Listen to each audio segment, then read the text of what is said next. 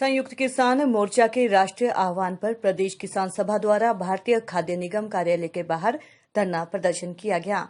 किसान सभा ने केंद्र सरकार द्वारा लाए गए 3 नए कृषि कानूनों को वापस लेने के साथ ही प्रदेश में होने वाली फसलों पर आधारित उद्योगों को स्थापित करने की मांग की है। किसान सभा के अध्यक्ष कुलदीप तंवर ने कहा कि वे भारतीय खाद्य निगम का विरोध में नहीं बल्कि उसके समर्थन में निगम कार्यकाल के बाहर इकट्ठे हुए हैं।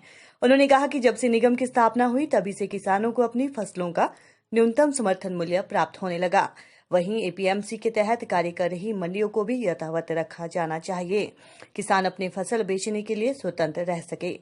वहीं कुलदीप तंवर ने कहा कि प्रदेश में मक्की की खरीद के लिए निर्धारित मूल्य में भी वृद्धि करने के साथ ही प्रदेश में उगने वाली फसलों पर आधारित उद्योग लगने चाहिए ताकि किसान अपने उत्पाद प्रदेश में ही बेच सके।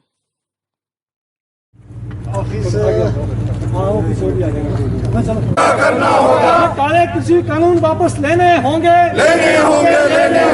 काले कृषि कानून वापस लेने होंगे। किसान एकता जिंदाबाद, संयुक्त किसान मोर्चा जिंदाबाद, किसान एकता जिंदाबाद। संयुक्त किसान मोर्चे के द्वारा आज पूरे देश के अंदर आह्वान किया गया है, जहां भी भारतीय खाद्य निगम फूड कॉरपोरेशन ऑफ इंडिया का एस्टेब्लिशमेंट है, वहां पर हम धरना प्रदर्शन के माध्यम से इनका समर्थन करें। हम इनके विरोध में नहीं आए हैं। हम ये चाहते हैं कि भारतवर्ष में 1965 में जब से फूड कॉरपोरेशन ऑफ इंडिया बना है, जब से न्यूनतम समर्थन मूल्य शुरू हुआ है, जब से एपीएमसी एक्ट के तहत मंडियां बनी है, वो यथास्थिति रहे, उसके अंदर सुधार लाया जाए, इंप्रूवमेंट लाई जाए, उसके अंदर साइंटिफिक टेक्नोलॉजिकल स्तर के ऊपर भी बदलाव लाया जाए, पर उसे खत्म ना किया जाए और धीरे धीरे बड़े बड़े कॉरपोरेट अदानी अंबानी कारगिल या ऐसी कंपनियां जो विदेशी कंपनियां भी है, उनको ये किसानों को उनके हाथ में ना बेचा जाए। इन मुद्दों को लेकर आज हम इकट्ठे हुए थे।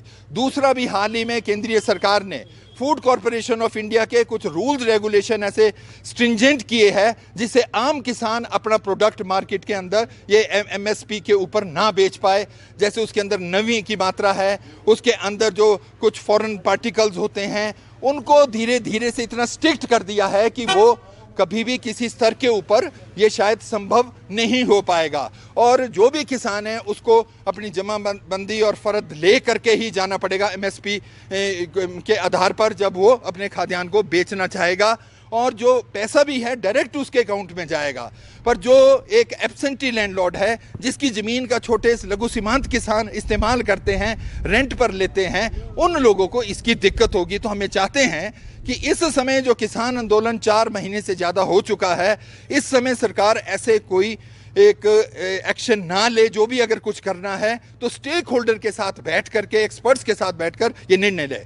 तीसरा और अंतिम मुद्दा हमारा सिर्फ ये है कि हिमाचल प्रदेश में जो हम अतिरिक्त मक्की पैदा करते हैं 5 से 6 लाख मीट्रिक टन, उस पर आधारित उद्योग लगे, उसके स्टोरेज की फैसिलिटी हो।